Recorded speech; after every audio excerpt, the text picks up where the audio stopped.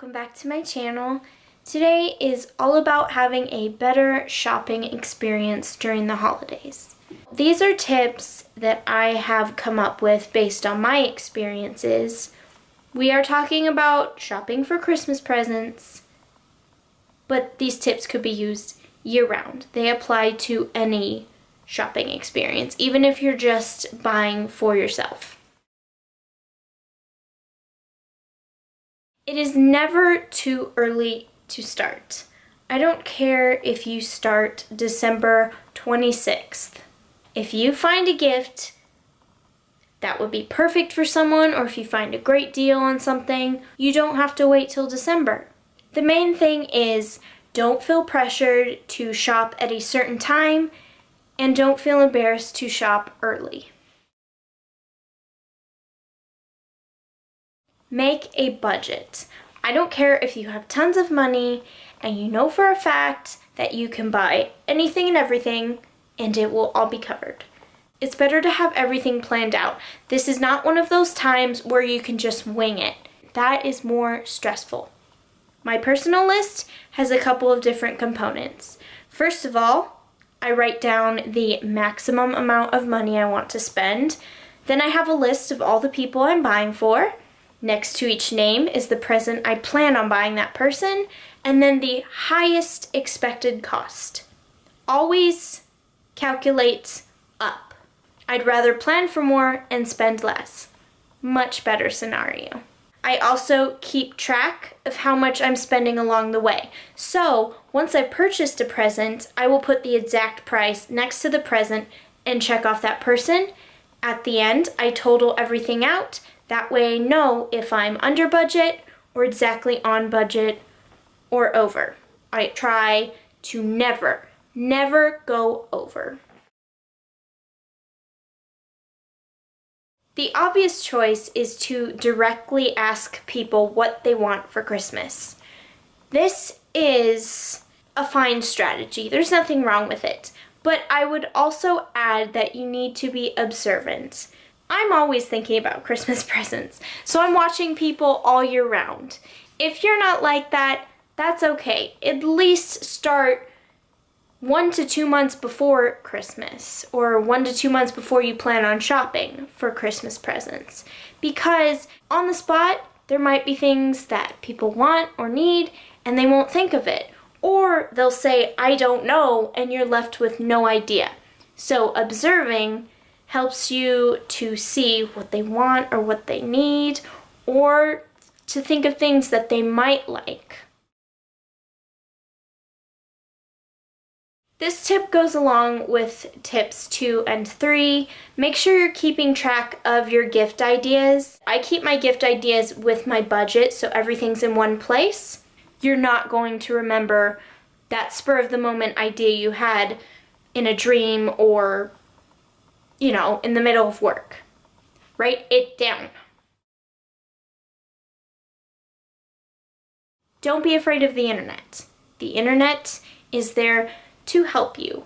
You do have to use it with responsibility, but if you don't like crowds and you don't like the stress of going out and shopping physically, shop in the comfort of your own home in pajamas with some hot cocoa, and everything will be okay. If you're concerned that a website is sketchy, first of all, there's obvious ways to tell.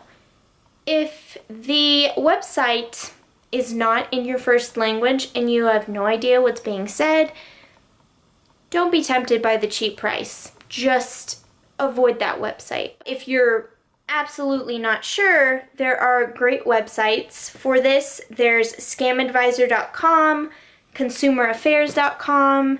Those are just 2 of the websites that I've found where you can put in the name of a website and it will tell you if it's safe or not. Don't go off and do your own thing and try to find these websites you've never heard of that have cheap prices. If you can, try to stick with websites that you know for a fact are safe and legitimate. I know that shipping costs can be really expensive and frustrating, but You will be really surprised at how many places offer free shipping year-round or around the holidays. Also, if you sign up for an account with that website, they might give you a coupon. Now, it might not include free shipping, but if you can get the item cheaper, it kind of balances out with the cost of shipping. There are resources to help with the shipping costs. Don't let that deter you from shopping online. Two of my favorite websites are Amazon and eBay because you can find really good deals. But they do have to be used with responsibility because you have to know what you're doing. Amazon is pretty straightforward, but there are some things you need to be aware of. You can either purchase an item straight from Amazon. The price is generally discounted from a typical retail price. There's also the marketplace where vendors sell either new or used items that are even cheaper, but sometimes they're more expensive than the Amazon price, so it isn't always the best way to go. You just have to be aware of the prices. When I'm buying used items, I always look for new, like new, or very good, and I check the descriptions. I read them carefully to make sure there's not major damage. If I receive an item that's damaged, I am not afraid to contact the seller, but you have to do it immediately. I have received refunds a couple different times, which is frustrating, but at least I got the money back so I could repurchase the item. Another thing to look out for when you're buying DVDs or Blu-ray, make sure you are purchasing a disc that's going to work in your country, because not all of them are going to be the right, I think it's called region. You have to check that. If you scroll down on the page, there's going to be information and it will tell you which region it's from. Make sure it's from your country, because you might end up receiving a DVD that the gift recipient can't even watch. eBay is a little trickier. I'm going to walk you through it. First of all, I look for sellers that have the best rating. So like 4 to 5 stars. Second of all, you can buy straight away. That's straightforward. There's nothing to it. It's the same as Amazon. If you receive something that is not as described, contact them immediately. I have received refunds. I know some people have a little bit of a hard time depending on the vendor you're dealing with, but that's why I look for the highest rated vendors. They're more likely to work with you. If you're going to risk it and enter an auction, there are 2 strategies. The first one is one that I've used and it's only worked once. That is the being online for the last few minutes of the auction strategy. That means you're logged in for at least the last 5 minutes of the auction, and if you get outbid, you bid at the very last second in an attempt to win. I have lost a couple different times because once I put in my bid, I forgot there's another screen that pops up that says, is this the correct amount? I always forget about that, and by the time I press that, the auction's done and I've lost. Another thing that can happen, your internet might be slow, so your bid doesn't go through before the auction ends. This is very risky. I've only won once. It's an okay strategy if you don't really care, but it's not the best. The best strategy I've found is one that I just recently discovered. You can put in the maximum amount of money you want to spend on that item. It doesn't mean that you're automatically bidding that much. What it means is that the amount the auction is at, it will put you right above that. If someone outbids you, they'll put you above that. Someone outbids you, they'll put you above that. Until it reaches your maximum amount, then it will notify you and say, do you want to bid more? This is a great strategy. I've won an auction with this strategy, I believe twice. The reason being, you bid the maximum amount you want to spend, and once the auction gets past that, you're done. You can just move on and try to find the item for a cheaper price. You're not spending more money. With the first strategy, you get kind of caught up in the moment and you keep bidding and bidding and bidding until you get the highest price. You're just sort of focused on winning. This way, if you win the auction, at least you're paying as much as you want to pay or less. You're not paying more than that. Hopefully that makes sense. So, Amazon and eBay are great resources. You just have to be wise about what you're doing. With great power comes great responsibility. What can I say? A great tool to help with calculating expected cost is the Google Shopping tab. This helps you compare prices. You can type an item into the search engine and it will show you different stores that sell that product, as well as list how much it's going to cost with or without shipping. This doesn't always work for certain products. It doesn't always bring up all the options, but at least you know it's there to use. I always sign up for a website when I'm buying Christmas presents if I'm not already signed up, because a lot of places give you a coupon just for signing up. If you don't plan on shopping from them, sign up anyway and just unsubscribe after you've received your package. Or you might end up keeping your account for future shopping needs. If you don't get a coupon, another great resource is just typing the name of the store and coupon code into the search engine. There's websites like Retail Me Not or Groupon. Whether or not you actually need a coupon code, it doesn't matter. It's always a good thing to save money. It's usually better when you receive a coupon code straight from the website, because coupon codes online don't always work, but at least try. Also, I want to mention that signing up keeps you aware of the website.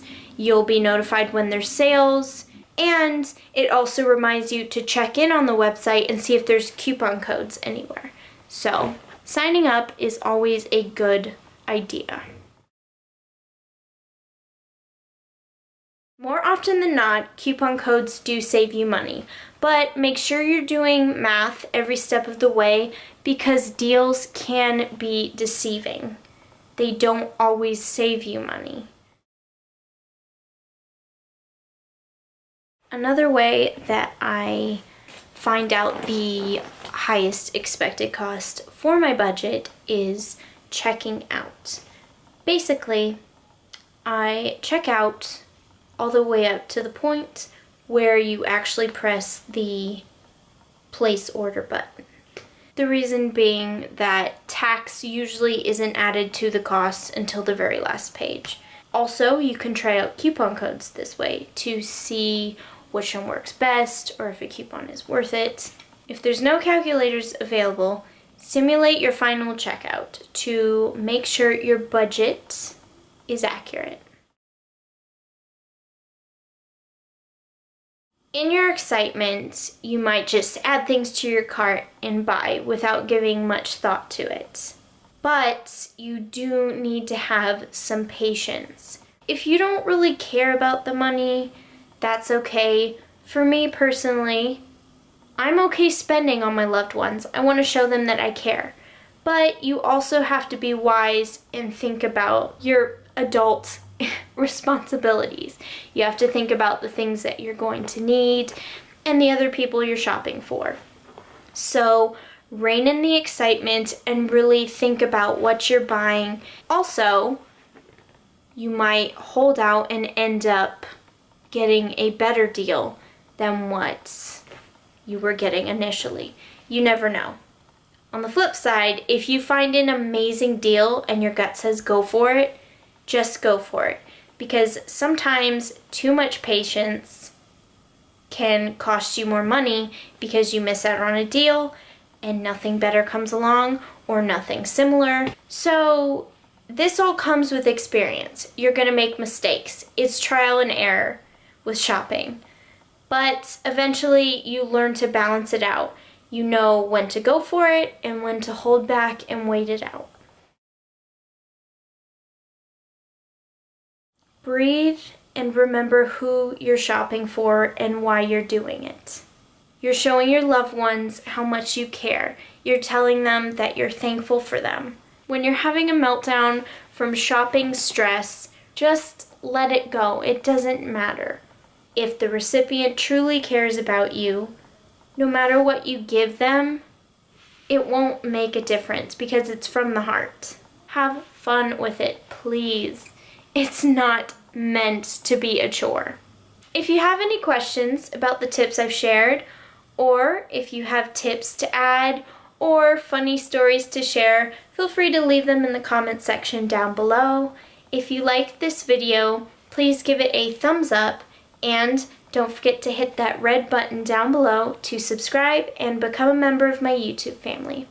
I will see you in my next Vlogmas video. Bye!